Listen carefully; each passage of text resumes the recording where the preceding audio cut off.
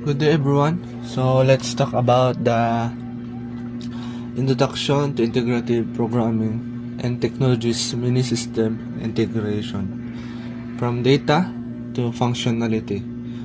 Integrative programming focus on connection independent system so that can share data, functionality or presentation layer. So the integrative programming talk about combining the independent system. Example, you have system A, system B.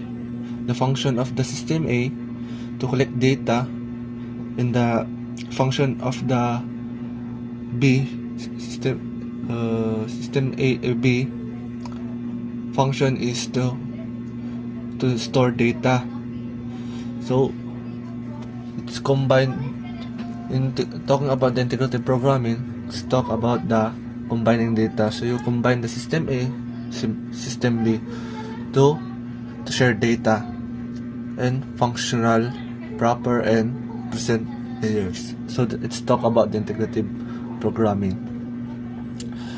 So the components of the activity, we have the subsystem A and subsystem B. Subsystem A is the data provider. Its responsibility is to generate student information in a structured format. It uses Python to create lists of the student records containing an ID, name, and course. This data is then exported into JSON file called student.json. So this is subsystem A.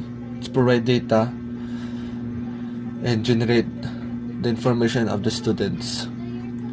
In the subsystem B, it's consumer system.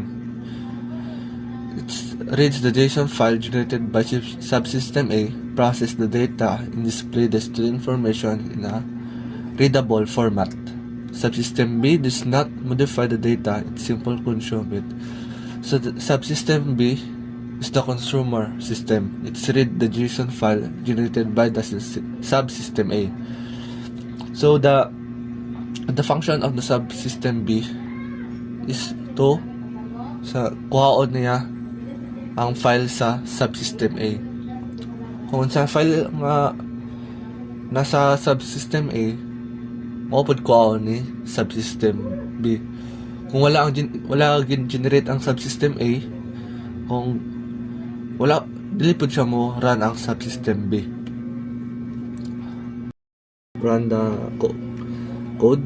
So this is the subsystem A. It's contain the file, or we talk about the information of the student. So we have the student ID, name, ASAP, course, base IT, year, second. So we have the format, the JSON 1 file. So nag-import ang JSON para ang file Python file i-convert lang sa JSON file. So nagamit tag student, the dictionary, the Python dictionary. With is talk to ensure the file automatically close after the block ends. This is the safe way to handle file. So the with command is to ensure the file automatically close after the blocks end. So before nga i-run tong file, ma-end na siya yon. So the subsystem B of the kung sa Java language kani ang system nimo di, tapos kuha lang niya ang nasa PCAS. Ang parents class nato generate lang. Ang F is the temporary store the variable.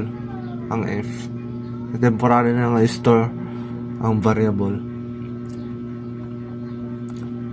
So let's run. Pangutana, kung Kung nato i-run ang subsystem A, mura na ka ang sa subsystem B. Let's try nato. Run nato. So makita sa ubos nga singon niya. Hindi niya na-read ang kan kay wala may file nga ginatag ang subsystem A. So sa subsystem A ta. So next na to kay para kon i-run. Yun. Run na. Okay na. Try to run sa kon. Sa B. Yun. Higa na siya kay yun sa PPT. The subsystem A is mag-provide lang siya data or mag-generate lang sa information sa mga student. So, it's the code is successful nga kwan. Ang subsystem A, nag-provide lang siya og mga data. And ang subsystem B, siya ang mo present sa data nga i-provide sa subsystem A. So this laboratory activity successfully demonstrate the concept of the data integration between the two independent subsystems. Subsystem A generated the structured data, while subsystem B effectively consumed the display the data. Through this exercise, we observe how properly designed system can communicate and share information seamlessly. Thank you.